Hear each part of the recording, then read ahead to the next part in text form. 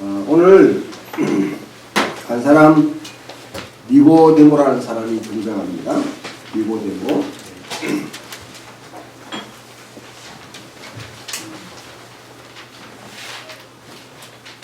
여러분들 우리 시대를 어떻게 생각해요? 좋은 시대입니까? 아니면 힘든 시대입니까?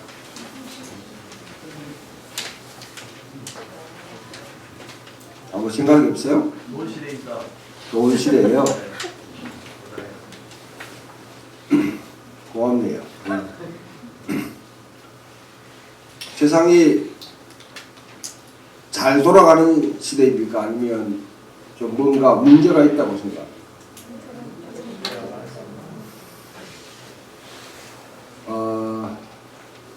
삼포 세대 젊은이들이 그래서 7포 세대 7포 네. 7포 해수욕장으로 많이 갔는데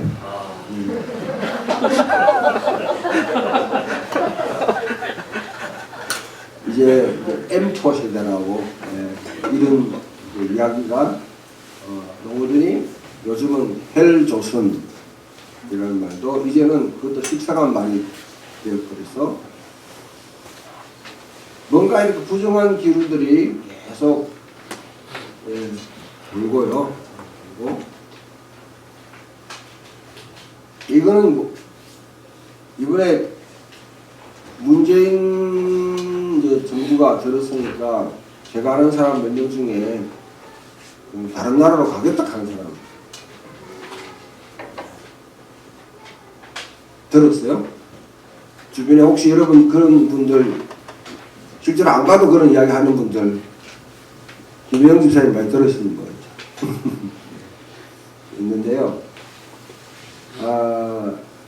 어때요 여러분? 어려우면 다른 데 옮길 수 있죠. 아까 보면 유대 이스라엘의 왕들이 여름궁, 겨울궁, 상하궁 지어놓고 더우면 추운 곳으로, 추우면 더운 곳으로 이렇게 피하듯이 피해가는 그런 삶을 살 수도 있습니다. 그러나 예수님은 과연 그렇게 했다고 하면 이 땅에 오셨을까?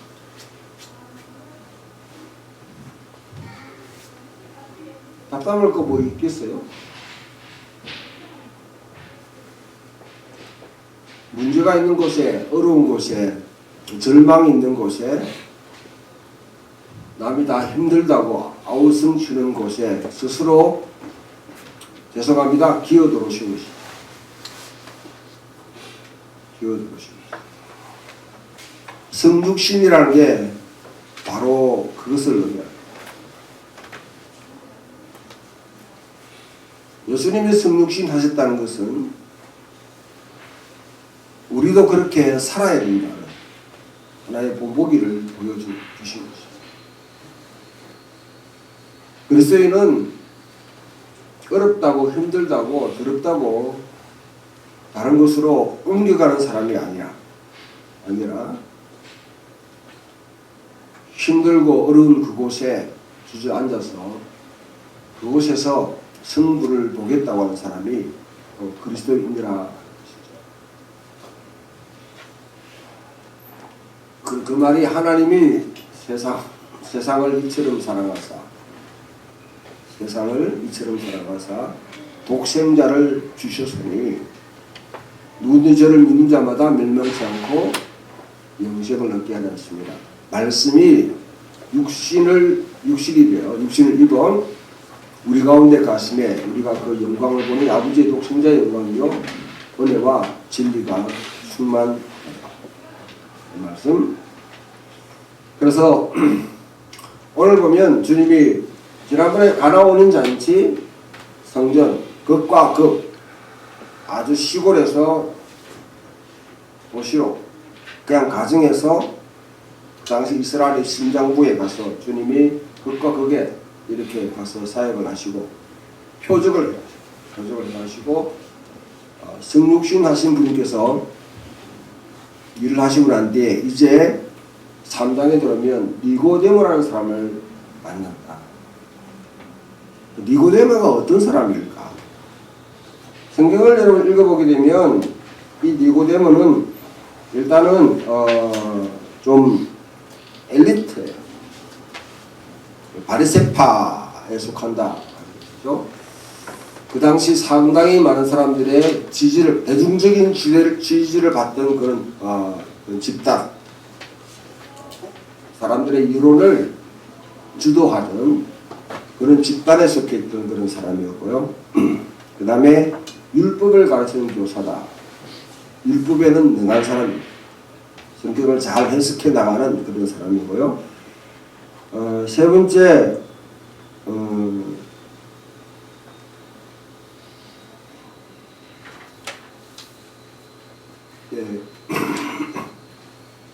유대인들의 그 사내들인 공예 하게 되면 우리로 말하면 국회의원 정도 거기에 이제 멤버입니다. 전체 유대인 가운데 70명이 포함되고 그 가운데서도 상임위원회에 해당하는 20명이 항상 모여서 국사를 논의하는 그 그룹에 들어간 사람, 거기에 해당되는 사람. 그럼 엄청 부자예요. 엄청 부자인데. 자, 이 사람이 왜 요한이 예수님이 만난 사람 가운데 이 이야기를 앞에 딱 꺼낼까? 그걸 이해하려고 하면 좀 성경 밖에 있는 다른 문헌들을 참고하는 거예요. AD 70년에 예루살렘이 멸망당해요.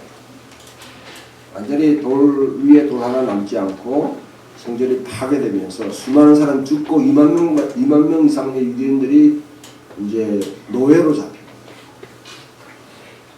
유대 민족에게는 치욕적인 그런 역사가 기록되는 그 시대에 70년에 로마 티투스라는 그 장군이 그 점령을 해가지고 완전히 유대를 절단을 내려고 그렇게 할 때 그 점령군인 티투스 장군과 마주 앉아고 협상을 벌인 사람이 있는데 그 사람을 벤구리온이라고 합니다.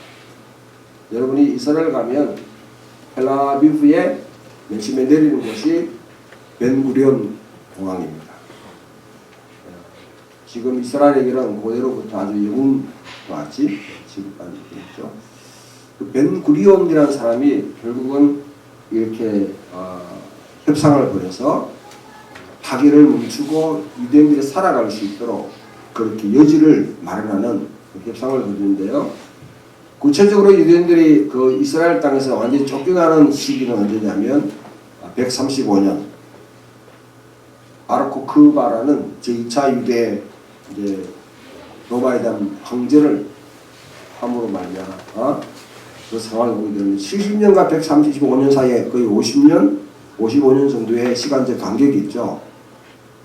그 정도 더 살 수 있도록 협상을 해서 그렇게 마련했던 사람이 벤구리온, 엄청나게 부자였습니다. 혁명분자들, 그 다음에 로마에 항쟁한 사람들을 좀 꾸짖으면서 어찌 보면 좀 친로마적인 그런 스탠스 입장을 취했다고도 볼 수 있는데요. 포목상을 했습니다. 식료품을 그렇게 하면서 엄청난 부를 그렇게 가지기도 했고, 그러면서 사람들한테, 가난한 사람들한테 구제도 하고 상당히 신망을 받는 그런 사람입니다. 탈무드나 아니면 다른 문헌들에 이 사람 이름이 많이 등장하는데요.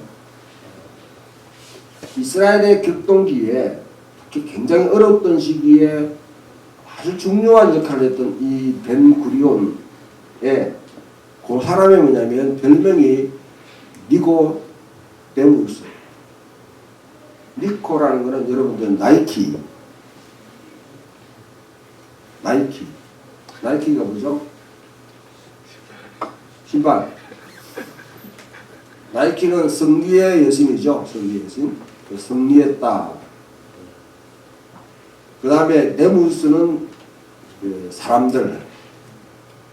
사람들의 점령자, 사람들을 이긴 자, 사람들의 정복자 그 정도 되겠죠. 그 말은 사람들 진짜 짓밟았다는 말이 아니라 사람들의 마음을 갖다가 완전히 확 이렇게 사로잡아요. 그래서 그거는 별명이에요, 별명. 니고데모. 바로 그 벤구리온이 바로 여기 성경에 등장하는 니고데모입니다.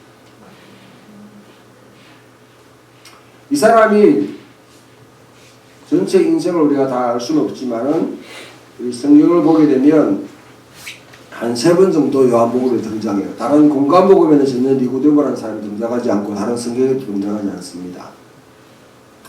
오늘 읽었던 본문에 보면 살짝이 밤에 예수님을 찾아왔다. 예수님과 진지한 대화를 나누게 됐다는 거죠. 두 번째로 보면 7장에 사내들인 공회가 열렸을 때 대제사장들과 바리새인들이 예수님을 어떻게 처치할까, 죽일까 그렇게 공모를 하고 있을 때 니고데모가 법적으로 분명한 이야기를 합니다. 어떻게 증인을 불러놓고 증인 신문도 안 하고 그냥 소문만 들어가지고 그렇게 결정할 수 있냐? 이게 유대인의 법이냐? 절차상의 하다 문제를 제기했던. 이렇게 하기 힘들어요. 전체 분위기가 예수를 제기하기로 결정했다.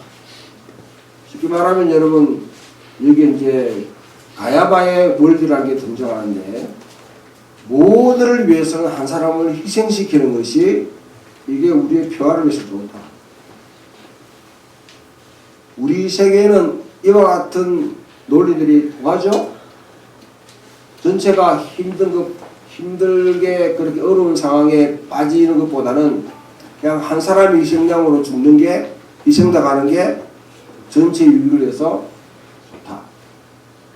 이 가야바의 원칙입니다. 유대를 다스리던 통치자의 원리예요. 이 원리에 입각해서 사내들과 전체 분위기가 다 기우는데 거기에 반대 의견을 마이너리티 리포트, 소수의 의견을 낸다는 것은 용기가 없으면 불가능합니다. 찍힙니다. 왕따 당할 수 있는 길로 나가는 거예요. 그 다음에 세 번째, 마지막에 요한복음 19장에 보게 되면 아리마대 사람 요셉이 예수님을 시신을 이제 거두어서 아주 그 장례를 치르는데 그 장례의 여러분 이 규모가 거의 왕에 준하는 그런 수준의 장례입니다. 그때가 향품이나 다른 물품을 보게 되면 왕이 죽은 그 장례식을 치르는데 거기 함께 거들어서 도와주는 사람이로 니고데모가 등장해요. 자, 그럼 보면 거꾸로 쭉 한번 쳐보면 예수님 돌아가시고 난 뒤 한 40년 뒤에 유대에 굉장히 큰 민족적인 위기가 왔을 때에 온 민족이 말살당하는 그런 어려운 시기를 잘 모면시켜서 가능한 소프트 랜딩, 위기 가운데서도 그것을 극복해 나갈 수 있는 그런 기회를 만들었던 사람, 두고두고 유대인들에게는 하나의 영웅으로 취급받던 그 벤구리온이라는 이 사람이 있었다. 이 사람이 세 번 쭉쭉쭉 등장하는데 어떻게 해서 그와 같은 행동을 할 수 있었을까? 어떻게 그와 같이 하나님께 쓰임받을 수 있었을까? 거기에는 실마리를 제공하는 것이 오늘 3장에 있는 말씀이죠. 3장입니다. 자, 그래서 잘 알다시피 밤중에 찾아왔다. 이 말은 요한복음에서 말하면 어두움의 사람이라. 어두움의 사람. 요한복음 1장부터 이런 줄곧 빛이 어둠에 왔음에 어둠이 영접지 않더라.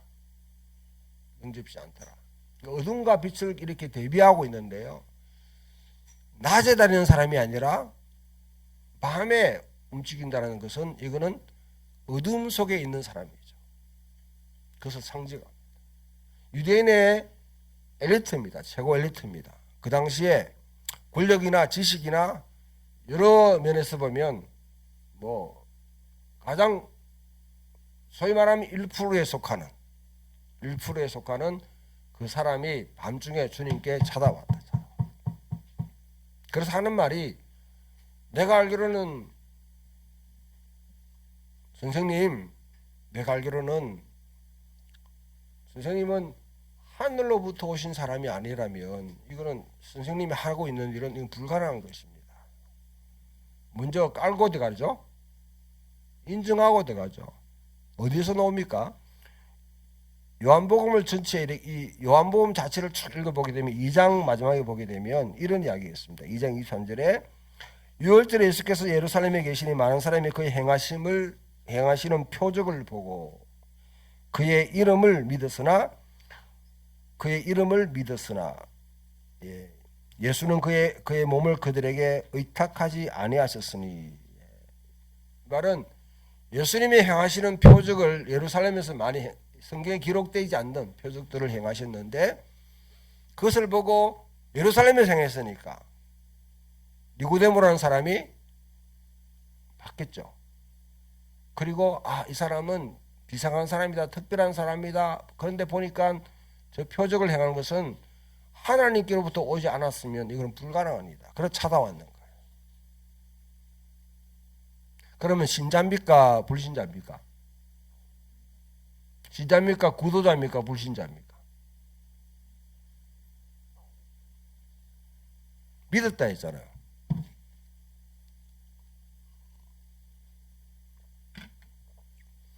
대개 이런 사람들을 신자라고 그렇게 해요. 이미 여러분 1장에 보게 되면 영접하는 자 곧 그 이름을 믿는 자들에게는 하나님의 자녀가 되는 권세를 주셨다 그렇게 했는데, 예수님을 여기서 믿는다는 말은 그냥 피상적인 수준에서 자기가 의탁할 의지가 전혀 없으나 이 사람은 좀 특출한 사람이구나, 뭔가 신뢰할 수 있는 사람이구나, 아니면 좀 이용 가능한 사람이구나, 관계를 맺게 되면 나름대로 덕을 볼 수 있는 사람이구나, 계산을 할 수 있는 그런 사람이구나, 그런 차원에서 예수님을 아는 것이죠. 예수님을 신뢰하기 시작했다는 것이죠. 신뢰. 그리고 밤에 찾아와서 이렇게 이야기하니까 예수님께 대뜸 하시는 말씀이, 진실로 진실로 내게 이르노니, 원문 그대로 하면 아멘 아멘 에고 레고 히민, 이거는 굉장히 권위 있는 말입니다.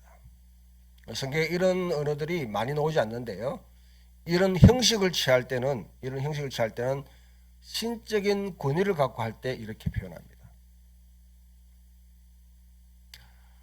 내가 진실로 진실로 내게 이르노니 사람이 거듭나지 않으면 하나님 나라를 볼 수 없느니라.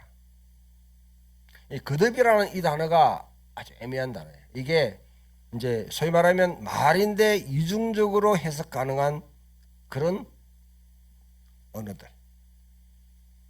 우리 사용하는 게 보면 이제 딱 했는 말인데 달리 해석될 수 있는 똑같은 말이지만은 그런 언어들이 있잖아요. 다중적으로 해석될 수 있는. 거듭이라는 말은 이거는 아노센이라는 이 헬라어 단어는 두 가지. 하나는 again, 다시라는 다시. 그러니까 니고데모는 그대로 받아들인 것이죠. 사람이 다시 태어난다? 근데 예수님의 진짜 의도는 그게 아니고 똑같은 단어를 사용했는데 from above, 위로부터 태어난다는 것이죠. 그러니까 똑같은 단어를 사용했는데 니고데모는 엄마의 뱃속에 내가 어떻게 다시 태어날 수 있습니까? 근데 예수님의 의도는 뭡니까? 하늘로부터 태어나야 됩니다. 하늘로부터 어디 태어납니까? 하늘에 잇대어 살아가는 삶. 지금도 여러분 우리 이 예배가 있잖아요. 지금 우리만 예배 드린다고 생각하면 여러분들이 지극히 집단 개인 이기적이고 아니면 개인주의적인. 우리 찬양 가운데 보면 1인칭 단수는 내가 이런 단어들이 많이 들어오는데 은혜로운 참 찬양들이에요. 특히 케니제 크로스비의 찬양들은 거의 1인칭 단수가 많이 나옵니다. 근데 이게 자꾸 개인주의를 부추길 수 있는 이 근대화된 사회에서 그런 신앙으로 계속 몰고 가요. 이 예배는 지금 우리가 드리는 예배에 하늘 보좌에서는 요한계시록 4장에 보면 24시간 동안 계속 보좌를 중심으로 하나님께 예배를 드리고 있습니다.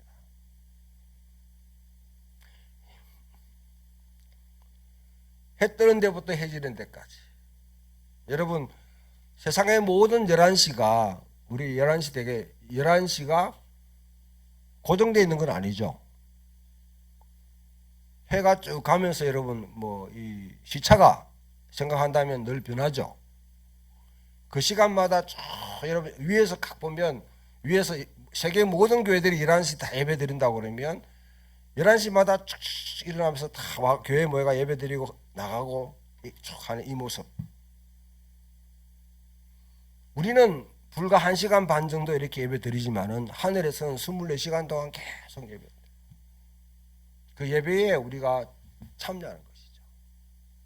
영으로 참여하는 것이죠. 이 시각이 여러분 속에 없다고 그러면 우리 예배는 지극히 그냥 시공간에 제한되어 있는 우리만의 예배가 됩니다. 또한 동시에 수직적으로 하늘 보좌에 내가 올라가서 그 앞에 하나님 보좌 앞에서 모든 내생물과 24장로들과 14만 4천 성도들과 모든 족속과 백성과 방언과 나라 셀 수 없는 무리들이 그게 계속 합류하고 있는 곳에 우리가 함께 참여하고 있다 하면 우리는 여기서 예배 드리지만은 사실 하늘 보좌에서 드리는 그 예배에 참여하고 있는 자가 됩니다. 또한 이 땅에 진정으로 그 하늘 보좌에 참여하는 수많은 교회들이 있을 거예요. 모든 교회마다 저는 그렇다고 생각하지 않지만은 그 예배, 그 교회들과 함께 예배를 드리는 시간입니다. 그게 바로 하늘로부터 난 자였나요? 하늘에 속한 자라는 그 하늘에 속한 자는 어떻게 되는가? 중생이라고 그러니까 사형리 갖고 뭐냐면 짧게 하나님이 선지를 창조했습니다. 인간은 죄를 지었습니다. 예수 그리스도께서 우리 십자가에 돌아가셨습니다. 장차 하나님께서 심판하러 오실 겁니다. 그때는 지옥과 천국이 갈라집니다. 어떻습니까? 여러분 예수를 믿으시겠습니까? 이 짤막한 이야기로는 도저히 표현할 수 없는 엄청난 메시지가. 그래서 이제 그 영접하면 그냥 중생했다, 본 어게인 했다. 그렇게 생각하는 게 이게 천박한 기독교를 만드는 지름길. 소위 말하는 탈육된 육신은 다 걷어내버리고 핵심만 탁 집어가지고 말하는 이거. 그걸 지금 교정하는 것이죠.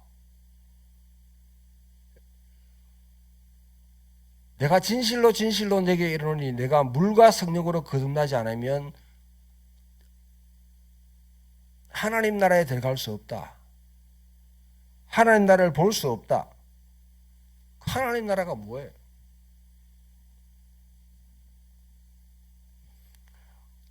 다른 언어로 말하면 여러분 보면 영생이라는 말이 뒤에 등장하지 않습니까? 예. 하나님이 세상을 이처럼 사랑하사 독생자를 주셨으니 저를 믿는 자마다 멸망치 않고 영생을, 그 영생이 뭡니까?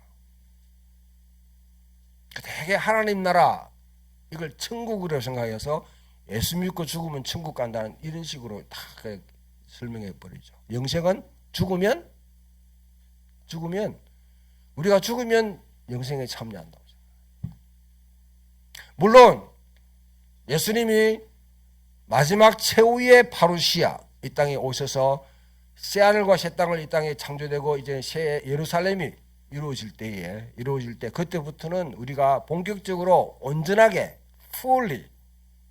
온전하게 그 영생에 참여할 겁니다.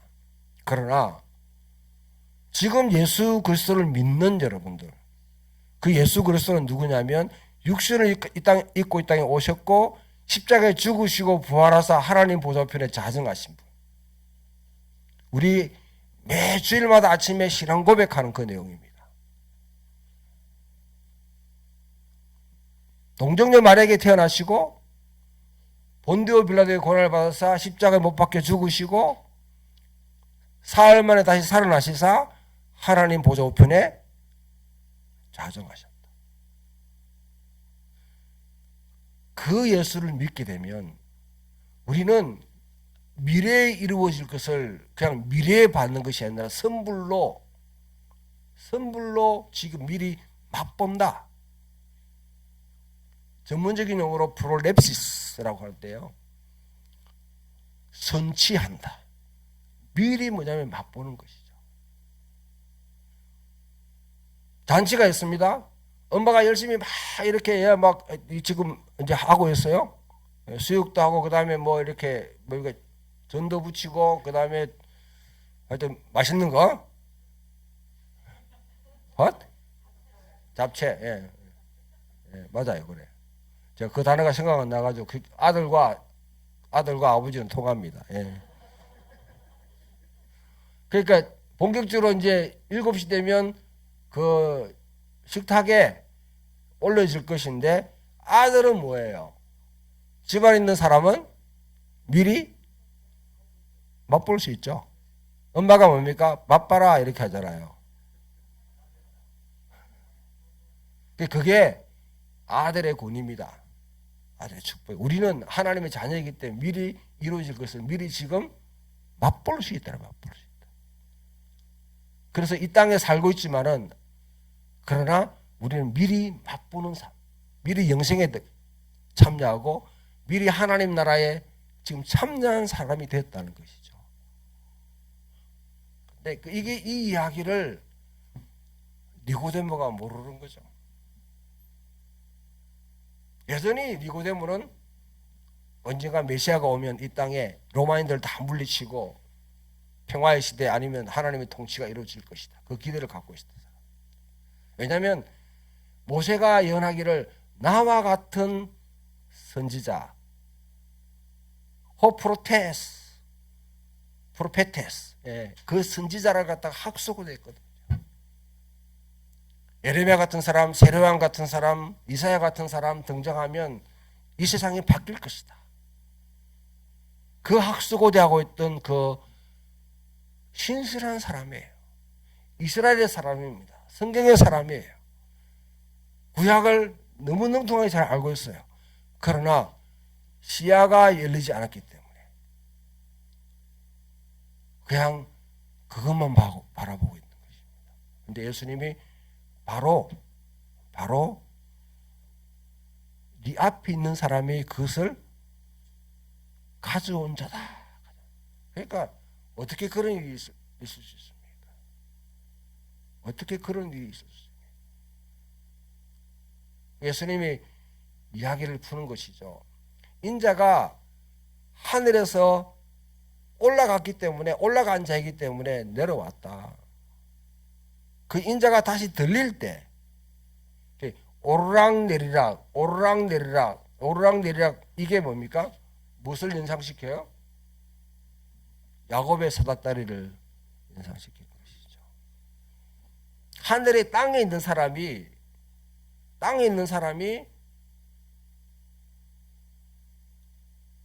하늘에 참여하는 것. 야곱이 부모로부터 이제 떠날 수밖에 없는 상황에 이제 방랑자의 삶을 살아가는 그 여정 속에 베델이라는 곳에서 잠을 잤는데 그때에 꿈을 꿨는데 천사가 내리락 오르락 내리락 오르락 하더라. 그 야곱의 사닥다리를 타고 천사가 오락 내리락 봤다. 땅에 있는 사람이 어떻게 하늘에 참여할 수 있는가? 유대인들에게는 이 야곱의 사닥다리는 엄청난 비밀, 어떤 그 지혜를 얻는 비법에 속하는 아주 신비적인 그런 것으로 계속 이해되고 있는데요. 주님은 그것을 인자가 높이 들러야 하리라. 옛날 다시 한 번 더 니고데모로 하여금 구약 이야기로 돌아가게 만듭니다. 이스라엘이 불평불만을 막 하니까 하나님께서 이스라엘 가운데 불뱀을 보내가지고 다 물게 만들어버렸대. 수많은 사람들이 뱀에 물려가지고 지금 툭툭 부어가고 있는 그런 상황 속에 모세가 중보기도 하니까 하나님께서 노뱀을 들어라. 노뱀을 만들어서 노뱀을 그것을 본 자는 치유되겠다. 그런데 루벤스라는 사람이 그 광경을 그려놨는데 어떤 사람은 죽어도 뭐냐면 안 들어. 여기 기부세해가지고 안 들어.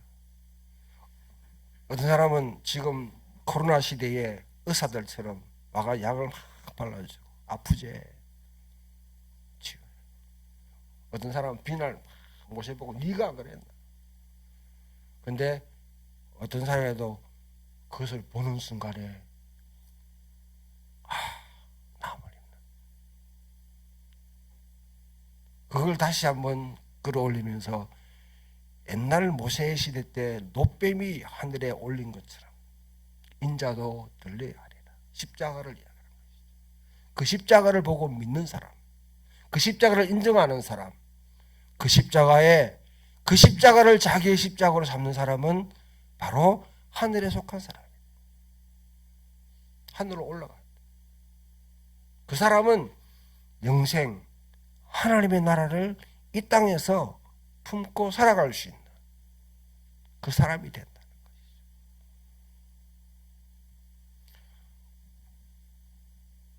예수님의 다른 말씀이 이겁니다. 그 십자가를 믿는 사람은 영생에 참여하지만 그 십자가를 거부하는 사람, 인정하지 않는 사람은 결국 벌써 심판을 받은 것이라.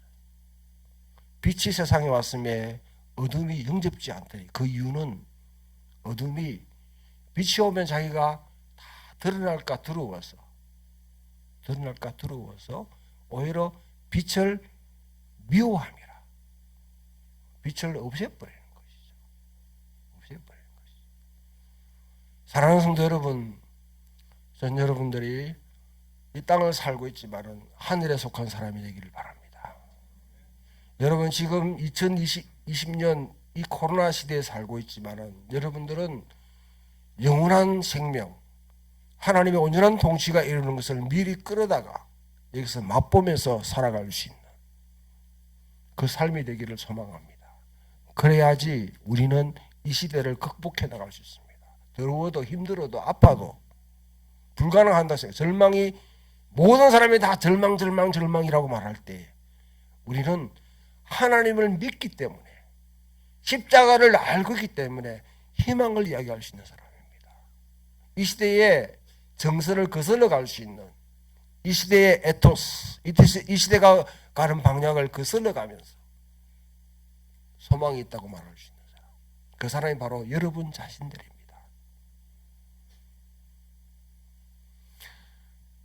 그 삶을 살아간다면 우리가 완벽하게 보지 못한다 할지라도 하나님의 나라를 품고 영생에 참여하는 자로 살아가는 기쁨, 그 은혜를 맛볼 줄 믿습니다. 벤구리온, 니고데모는 이스라엘의 엘리트였지만 안다고 했지만 사실 모르는 상태에 와서 주님을 만나고 눈이 뜨여지고 그런 자기가 사는 삶 속에서 예수를 만났다고 천상에 가고 사막에 가서 뭐냐면 그냥 자기 혼자 영적인 삶, 화려한 삶, 멋있는 삶을 갖다가 추구한 삶이 아니라 자기 백성의 아픈 가운데 살아가면서 결국 예수님의 장례까지 치르고 그 다음에 민족의 위기에 왔을 때 그것을 극복해 나가며 공헌했던 하나님 나라의 사람이었습니다. 영생을 그 땅에 심어준 사람이었습니다. 그 사람처럼 여러분 살아갈 수 있는 지혜와 용기가 여러분 속에 있기를 주님의 이름으로 축원드립니다.